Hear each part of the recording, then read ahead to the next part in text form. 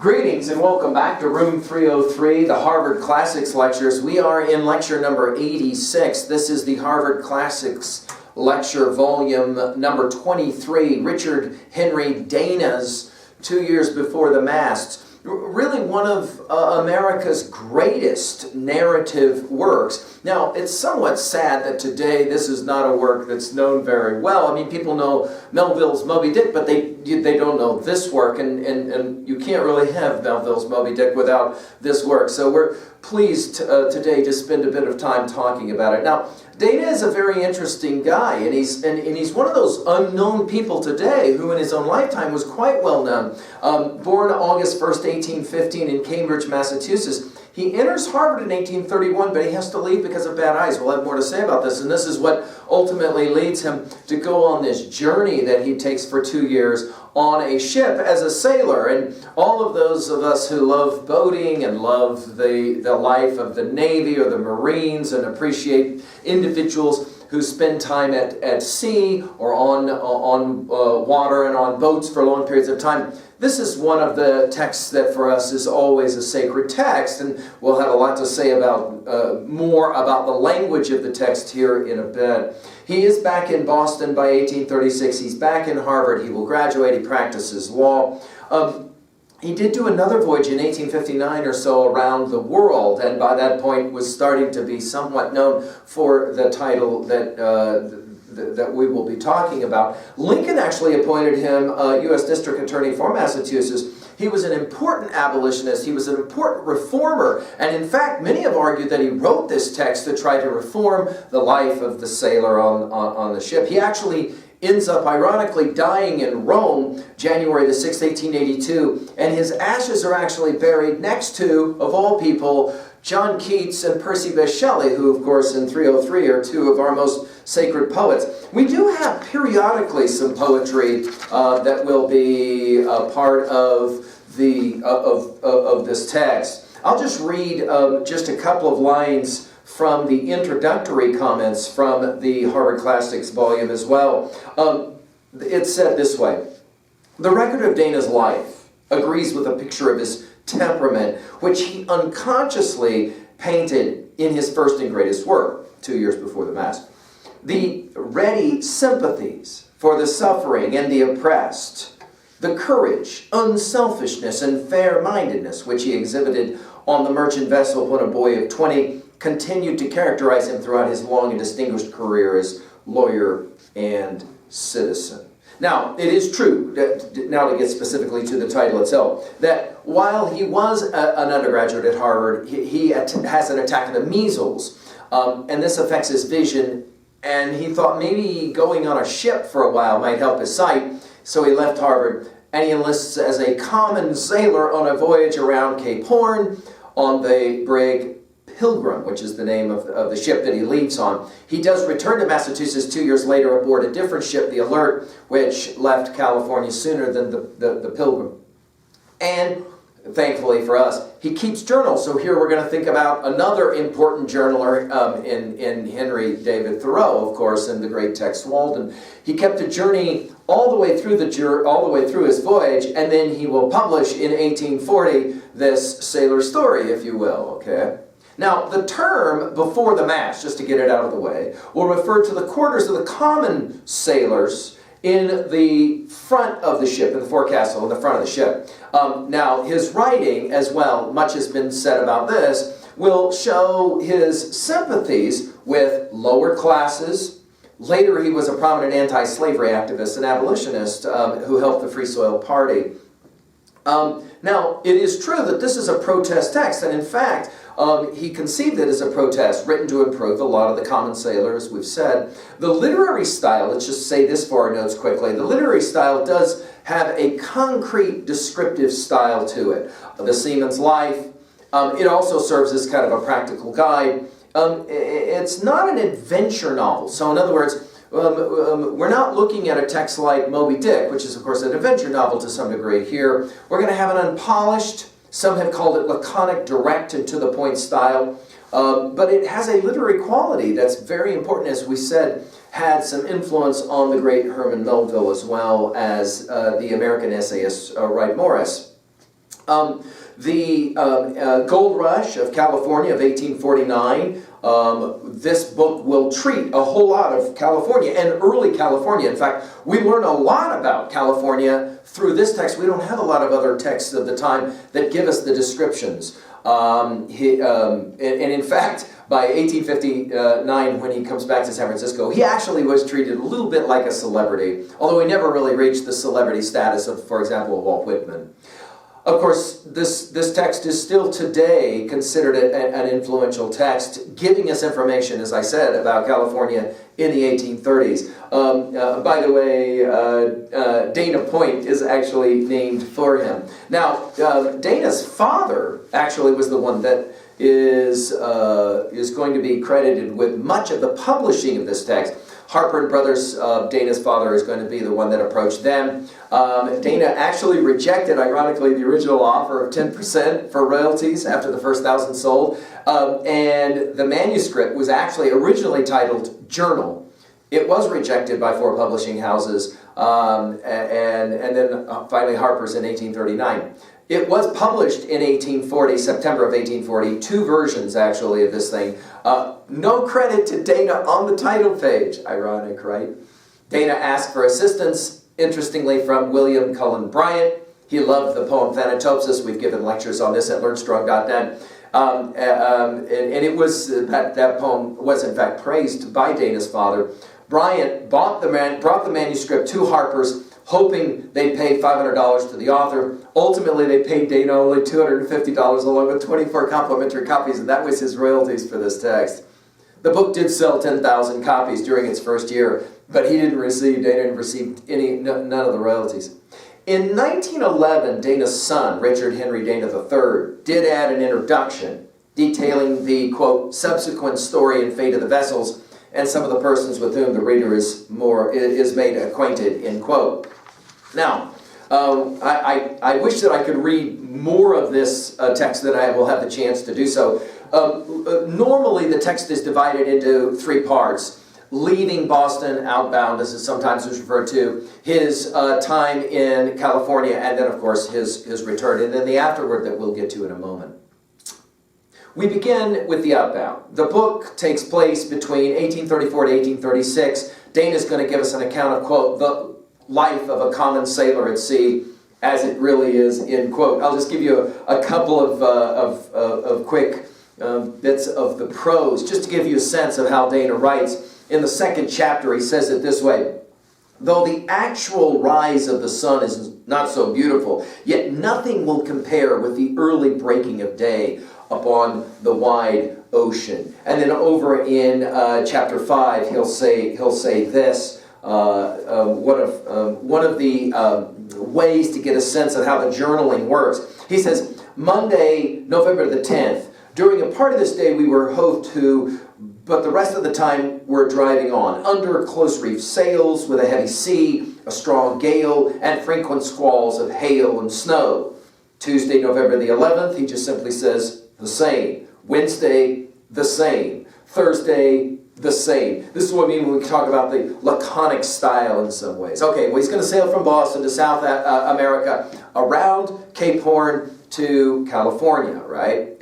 His ship on the voyage is going there to trade goods from the United States for the Mexican colonial Californian and California missions, and as well, we're working along with Ranchitos cow hides. So we're going to get a lot of information about these hides. These hides are dried and then they'll put them on top of their head as they walk out into the ocean to get them on the boats. They do trade in all kinds of ports, from San Diego to San Pedro Bay, Santa Barbara Channel, the Monterey Bay, and then of course San Francisco Bay as well. So some of the most important areas of the coast of California we're going to hear about in this text. Now in California we hear all kinds of interesting stories. Stuff about California hide training, dowing as it's called, the carrying of the hides as I was talking about it.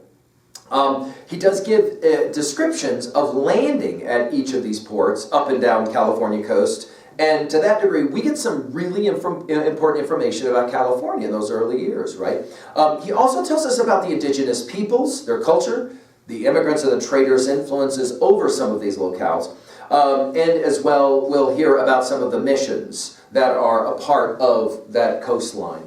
Dana, along with others of the Pilgrims and later the Alert's crew, will toss these hides from the bluffs, okay, and he compares them to like a kite without a string. And there's an important moment, I won't read it for you, but there's an important moment in the text when the hides get stuck, and they will lower Dana down with ropes so that he can retrieve them and get them to the ships, okay? I'll give you a sense of the language from chapter 25 here really quickly, just to kind of give you an idea of the ways in which he will inject certain kinds of observations. There's talk about the possibility of war, and he says it this way. He says, the prospect of a change is like a green spot in a desert, and the remotest probability of great events and exciting scenes gives a feeling of delight and sets life in motion, so as to give a pleasure which anyone not in the same state would be entirely unable to account for. That is to say, sailors live a somewhat rhythm-based, boring might be the other word, life. But he says every once in a while everything gets really exciting. By the way, Dano does learn Spanish from the Californian Mexicans and becomes an interpreter for his ship. He will in fact mention several of his acquaintances befriendings. Kanaka is part of the native people of the Sandwich Islands, the Hawaiian Islands.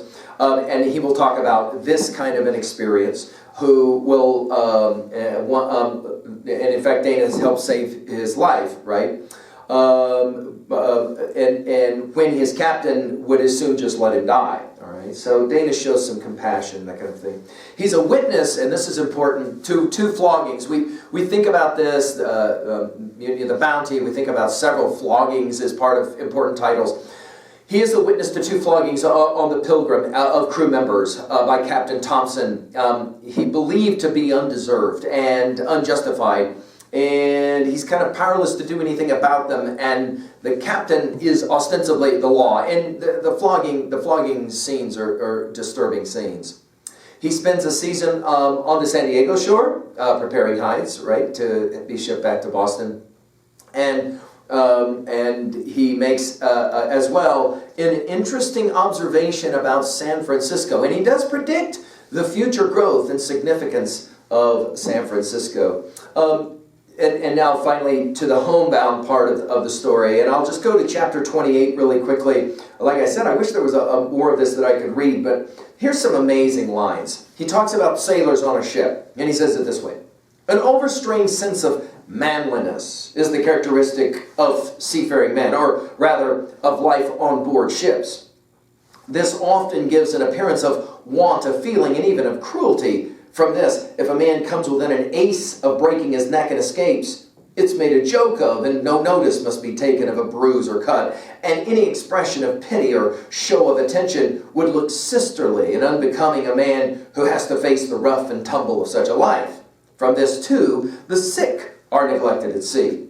And whatever sailors may be ashore, a sick man finds little sympathy or attention forward or aft. A man, too, can have nothing peculiar or sacred on board ship, for all the nicer feelings they take pride in disregarding, both in themselves and others. A thin-skinned man could not live an hour on shipboard.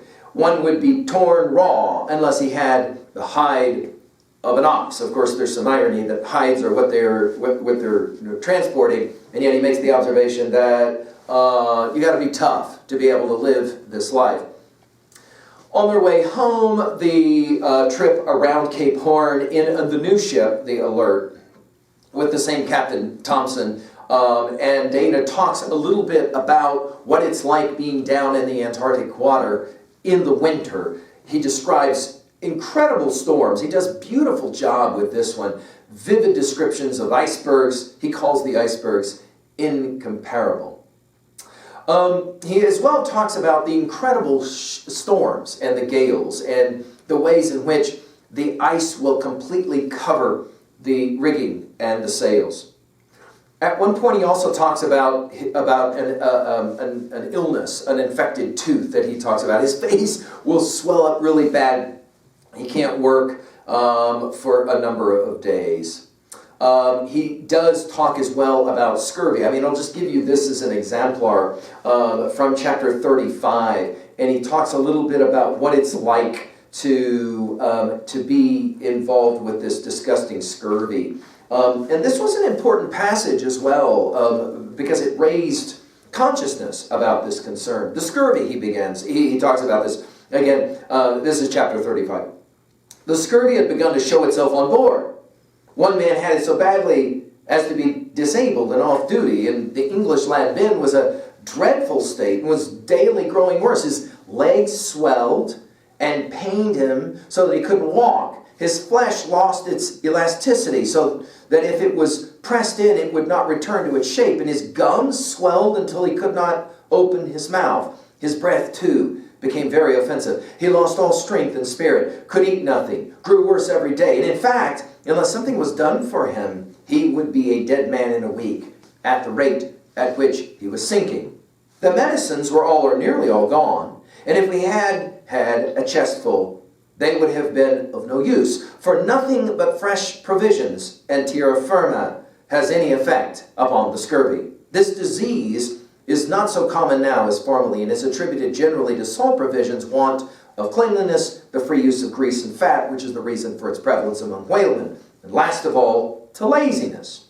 It never could have been from the latter cause on board our ship, nor from the second, for we were a very cleanly crew, kept our forecastle in neat order, and were more particular about washing and changing clothes than many better dressed people on shore. It was probably from having none but salt provisions, and possibly from our having run very rapidly into cold weather after having so long been in the extremest cold. So this is the scurvy that's a terrible part of being on board the ship. We do have another flogging in the Homeward Bound story, but Dana seems to feel like this one's a little bit more justified than the prior. Then there's the trip around Cape Horn. In White Jacket, Herman Melville actually will comment on how amazing these chapters are describing Cape Horn. And he says, Melville says, if you want the best idea of Cape Horn, get my friend Dana's Unmatchable 2 years before the Mast. But you can read, and so you must have read it. His chapters describing Cape Horn must have been written with an icicle. Finally, we have the concluding chapter. I'll just give you a couple of lines from the concluding chapter as Dana is talking about the homecoming that's soon to happen. I'll just skip for a second to chapter 36. He says it this way right before the concluding chapter. He says, as they were coming into harbor. And we think about texts like the Odyssey, right? Where Homer is going to describe Odysseus' coming into Ithaca, although, of course, he's sleeping when he arrives, but the longing for home and then finally seeing home. Dana says it this way, every sight was full of beauty and interest. We were coming back to our homes, and the signs of civilization and prosperity and happiness from which we had been so long banished were multiplying about us. And then his comments in the concluding chapter, this is what he says about the sea. And for those of us that love the sea, love the ocean, love water, will love these lines. There is a witchery, he says, in the sea. It's songs and stories, and in the mere sight of a ship and the sailor's dress, especially to a young mind which has done more to man navies and fill merchantmen than all the press gangs of Europe. I mean, this is a line, obviously, that could have easily influenced, and in many ways we often think probably did, Joseph Conrad, and of course his classics of Lord Jim and O Youth, and of course we've lectured at learnstrong.net about Heart of Darkness. Now we do have an afterwards. In 1869, Dana will publish a new edition which removes some content from the original, and then an appendix called 24 years after. He recounts his visit to California in 1859, after the gold rush, by which the state had been completely transformed. Right? He revisits some of the old sites that he mentions in the book. He expresses gratitude to Robinson, Alfred Robertson, for being polite to him, because Dana had not been so kind to him in the book. He visits Fremont Mining Company operations, And he includes some personal history of Captain Thompson at the very end, and then he makes a final note about the fate of the ship. And a final comment here is that in 1862, during the Civil War, the Alert was captured by the Confederate commerce raider Alabama, and the crew were forced into boats, and the ship was destroyed. Well, that's Dana's 2 years before the Mast. Final comments here at 2A. Well, obviously a major message here is that life is a journey, and it's often very, very tough journey. And the only way you get through is to be strong. You got to be able to get through some tough kinds of challenges, right? At 2B, rhetoric here, the narrative style is brilliant. I really do recommend, although this is not a novel that is read very regular, or a narrative that's read very much anymore, I very much recommend it for its narrative style. At 3A, we've mentioned Homer's Odyssey, Melville's Moby Dick, the other great kinds of writers of the ocean. Joseph Conrad comes to mind.